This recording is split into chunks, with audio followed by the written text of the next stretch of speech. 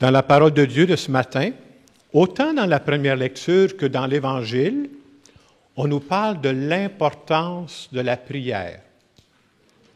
Et je dirais que d'une façon particulière, dans la première lecture, parce que je vais revenir avec vous là-dessus, non seulement la prière, on nous parle de la force de la prière ensemble. Je vous dis ça parce que c'est ce qu'on fait ce matin, là. Puis j'y crois. Moi, je ne vous dis pas ça parce que j'ai lu ça dans des livres. Là, j'avance un petit peu en âge, mais j'ai expérimenté ça. Je crois beaucoup quand on prie ensemble. Alors, pour comprendre ça, je vous résume un peu la lecture. Bien, ça passe vite, hein, on en perd des bouts. Alors, dans la lecture qu'on nous compte ce matin, c'est tiré de l'Ancien Testament, on nous parle du peuple de Dieu qui se fait attaquer par un autre peuple. Et Moïse, c'est celui qui guidait le peuple. On entend parler souvent de Moïse. Hein? Alors, pendant que le peuple de Dieu se fait attaquer par un autre peuple, Moïse, il dit, « Ah, je vais monter sa montagne. » Puis il part avec quelques personnes avec lui, parce qu'il dit, « Pendant que vous êtes là, on va prier pour que Dieu nous soutienne. » Et c'est là que je trouve que l'image est belle. C'est une image qu'on nous compte pour nous faire passer un message. Qu'est-ce qu'on nous dit? On nous dit que pendant que Moïse est sur la montagne, quand il prie, il lève les mains, là. Il nous dit, quand les mains de Moïse étaient levées, le peuple de Dieu était le plus fort. Quand Moïse était fatigué, qu'il baissait les bras, c'était le peuple étranger qui était le plus fort. Et ce que je trouve le plus beau dans l'histoire, c'est qu'il rajoute ceci. Pour moi, Moïse, il commençait à vieillir. Hein? Fait que les bras, ils baissaient. Fait on dit, il y a des personnes qui sont mises juste pour soutenir les bras de Moïse, pour dire, lâche pas, toi, là. C'est quand tu pries que notre peuple gagne. Et c'est quoi le message qu'on veut nous passer à travers cet épisode? On veut nous montrer que le peuple de Dieu a eu besoin du soutien de Dieu par la prière pour relever ses défis. Hey, il est en train de se faire battre, là. Et le peuple de Dieu aujourd'hui, c'est nous autres. Et quel est le message pour nous? Vous n'avez jamais de défi dans votre vie? Si vous n'avez pas, je vais vous voir, moi j'en ai. Quand on rencontre des défis, on est en train de se faire dire, le soutien de la prière, c'est très important. Et le deuxième message que je retiens de cette lecture-là aussi, la force de la prière ensemble. Moïse, c'était pas n'importe qui. Moïse tout seul, ça ne marche pas. Ils ont besoin de Moïse puis d'autres qui tiennent les bras de Moïse. Ça nous rappelle l'importance de prier ensemble. Dans l'Évangile d'aujourd'hui, ça continue sur le même thème, la partie qui m'a frappé davantage. Jésus compte une parabole. Ça arrive souvent, je vous parle de ça à peu près tous les dimanches. Ce qu'il y a de spécial ce matin, c'est que Jésus, quand il compte une parabole, c'est une histoire inventée, il nous passe un message.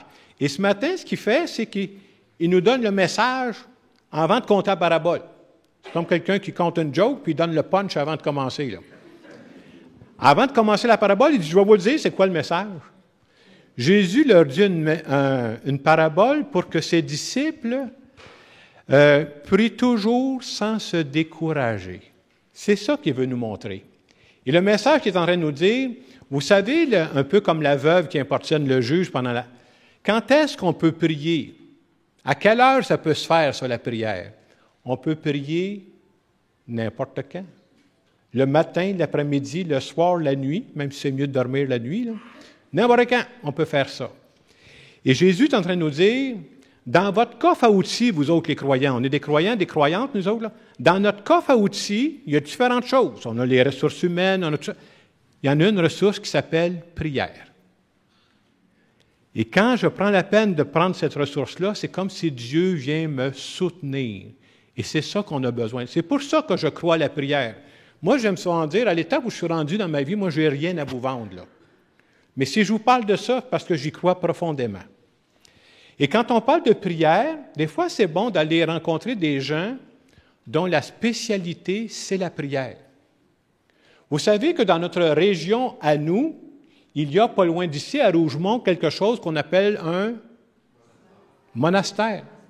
Alors, il y a un monastère à Rougemont, c'est le monastère des Cisterciens, c'est le nom de la communauté. Et vous savez, des moines, dans leur journée, les moines, ça travaille. Ils ont un verger, entre autres, ils sont dans les pommes, là. Dans une façon, en tout cas, ils sont dans les pommes. Et vous savez que les moines, ils prient ici à Rougemont, si j'ai bien retenu, c'est 7 fois par jour. Eux autres, leur priorité, c'est la prière. Il y a un moine là-dedans qui s'appelle le Père Jacques. Je le connais, il est là. Et il y a quelques années, le Père Jacques a écrit un livre sur la prière. Et déjà, le titre de son livre, c'est spécial. Quelqu'un qui ne sait pas, il ne sait pas qu'il parle de la prière.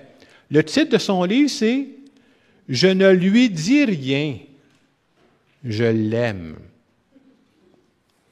J'ai pensé vous partager, pas toutes, mais quelques convictions du Père Jacques sur la prière. Une des convictions sur laquelle il insiste, c'est de dire ceci. Il dit trop longtemps, et peut-être encore aujourd'hui, trop longtemps, on a négligé la dimension affective profonde de la prière. Il dit c'est fondamental, ça. Qu'est-ce qu'il veut dire par là? C'est pas par méchanceté, mais trop longtemps, on a enseigné la prière comme si c'était quelque chose d'intellectuel. Il dit prier, c'est aimer. Est-ce qu'on aime seulement avec notre tête? J'espère que non. Je ne dis pas que la tête n'est pas utile. Oui, oui, elle est utile. Mais vous comprenez que dans l'amour, il y a autre chose que ça, là.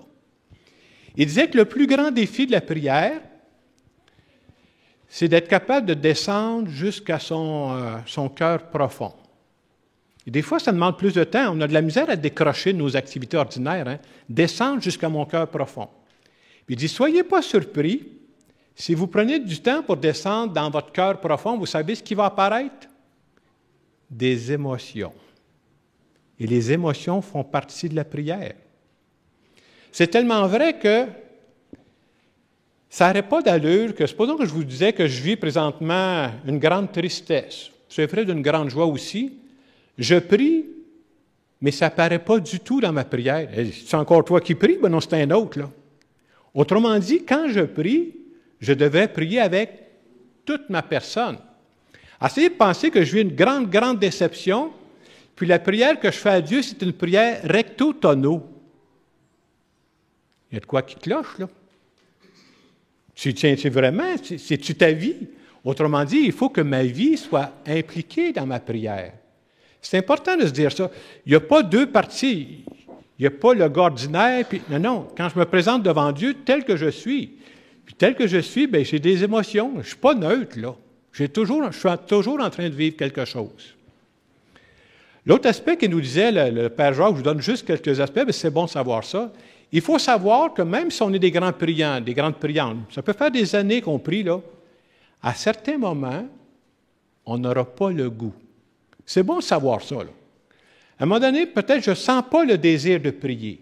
Et le Père Jacques, il dit, dans ces moments-là, c'est très important, même si c'est vrai qu'on n'a pas le goût, de se donner un moment. Juste pour dire à Dieu, j'ai peut-être pas le goût, là, mais c'est tellement important que je te donne un moment. Peut-être dans ces moments-là, je vais prier des psaumes, quelque chose, bien, ça sort moins naturellement, mais c'est important de le faire. Ça montre à Dieu que je suis fidèle à l'amour que je veux développer avec lui. La comparaison que j'ai pensé de vous donner, c'est ceci. Quelqu'un qui dirait à son employeur, « Je te promets que je vais venir travailler tous les jours où j'aurai le goût. » Ça se peut que je vais sauter quelques jours, moi, là, hein? Mais si je me présente, même quand c'est plus difficile, je suis en train de dire à mon employeur, c'est parce que c'est important. Hein? Et c'est la même chose dans la foi. Prendre le temps de prier, de me donner un moment de prière, même quand je n'ai pas le goût. L'autre aspect que le Père Jacques disait, c'est son expérience à lui, il nous parle vraiment comment lui il prie, on peut faire confiance, ça fait des années. Il dit, moi je peux vous dire, quand je prie, il était au monastère, je ne sais pas si vous avez déjà vu ça dans le monastère, il y a des stalles qu'on appelle, c'est comme un banc où il est assis. Il dit, moi quand je prie toujours comme si Jésus était juste à côté de moi. Il dit, j'y parle, comme s'il était à côté de moi, là. Puis je l'écoute. Il dit, moi c'est une façon, il appelle ça prier par visualisation. On fait ça dans différents domaines, la visualisation. Puis il dit, moi, ça m'aide à prier. Alors, pour vous illustrer ça, j'ai pensé vous conter une parabole moderne pour nous faire réfléchir. Alors, ma parabole, elle va de la façon suivante. Il y a une fille qui décide d'appeler le curé pour dire, mon vieux père est malade. Est-ce que vous pourriez venir le rencontrer? Le curé dit, bien correct. Alors, une couple de jours plus tard, le curé s'en va pour rencontrer, il rentre dans la maison, puis il monte la chambre. Il rentre dans la chambre du monsieur, puis le monsieur il est couché parce qu'il n'est pas tellement en forme. Mais juste à côté de son lit, il y a une chaise. Fait que le curé dit, il dit, je vois que vous m'attendiez. Vous êtes qui, vous? Il dit, je suis le curé, c'est votre fille qui m'a appelé, vous venez vous visiter. Ah, ben j'ai vu la chaise, je pensais que vous m'attendiez. Non, non. Mais il dit, je vous demanderai une chose, pourriez-vous aller fermer la porte, s'il vous plaît? J'ai quelque chose à vous dire, vous. Il demande à fermer la porte, puis il dit ceci. Ce que je vais vous dire là, je ne l'ai jamais dit à personne. Même ma fille n'est pas au courant de ça, là. Mais je vais vous le dire. Moi, pendant des années, j'ai cherché à prier, mais ça ne marchait pas. Tellement qu'après un bout de temps, je me suis dit, la prière, là, ça doit être pour une race de monde spéciale. Moi, ça ne marche pas avec moi, ça, la prière. Je n'arrive pas à prier. Je ne sais pas quoi faire avec ça. Mais il dit, il y a une couple d'années, j'ai un de mes bons amis qui m'a dit, peut-être que tu te compliques la vie. Tu te compliques la vie parce que c'est quoi la prière finalement? La prière, c'est une belle rencontre avec Jésus. Puis il m'a donné le truc suivant. Il dit, si ça peut t'aider, là, c'est une affaire que je fais, entre amis, on se donne des conseils. Hein?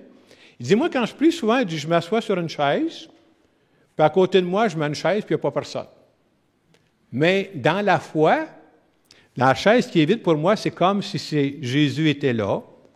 Fait qu'il dit, ça m'aide à rendre ça plus concret, puis j'y parle. De temps en temps, j'y parle, de temps en temps, j'écoute. Alors, le vieux monsieur, il dit ça au curé, il dit, ça a-tu d'allure, ce que je fais là? C'est-tu catholique, moi, là, cette affaire-là? Alors, le curé dit, là, je ne sais pas. Vous êtes dans la ligne du parti au maximum, vous, là. Prier, c'est une rencontre, tout simplement, avec Jésus. Puis son ami, il dit, comment tu y parles? Bien, parle-y comme on se parle nous deux, là. Change pas ta façon de parler, c'est la bonne façon. Alors, une fois que le curé il a dit que c'était bon, mais le curé est reparti chez eux.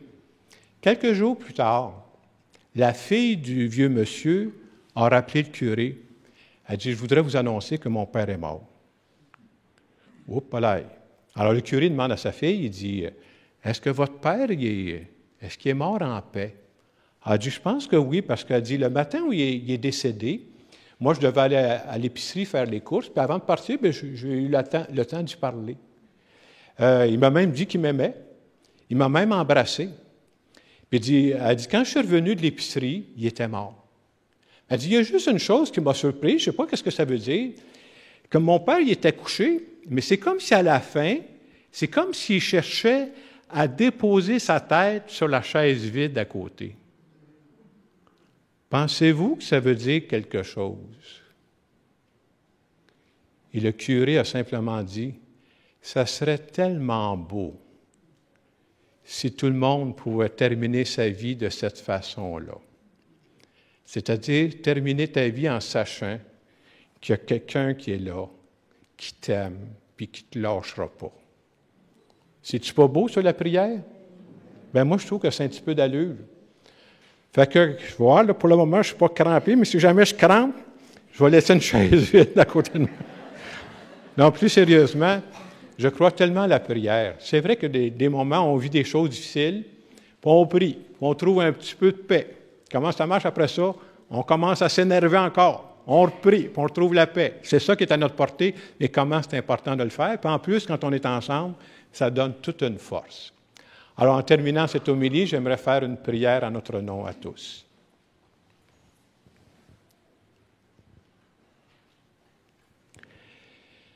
Seigneur Jésus, j'aimerais te dire ce matin que j'aimerais de plus en plus prier en descendant jusqu'à mon cœur profond. Mon désir sincère, en tout cas, là, c'est de développer de plus en plus avec toi une relation intime, comme on a entre amis. Je veux te parler de tout ce que je vis. Je veux te parler de mes joies. Je veux te parler de mes peines. Puis ça fait partie de ma prière. Et ce matin, j'aimerais aussi te demander pardon pour certaines journées où peut-être que je prie d'une façon machinale. Et surtout, je veux te dire merci pour ta grande disponibilité. Tu es libre le matin, l'après-midi, le soir, la nuit. Je sais que je peux toujours compter sur toi. Merci. Amen. Dans les quelques secondes qui viennent, je vous invite à penser, est-ce que chacune de nous, on a notre façon de prier. Est-ce que ma façon de prier pourrait devenir de plus en plus intime? Est-ce que je pourrais descendre encore plus dans mon cœur profond quand je prends le temps de prier avec Dieu?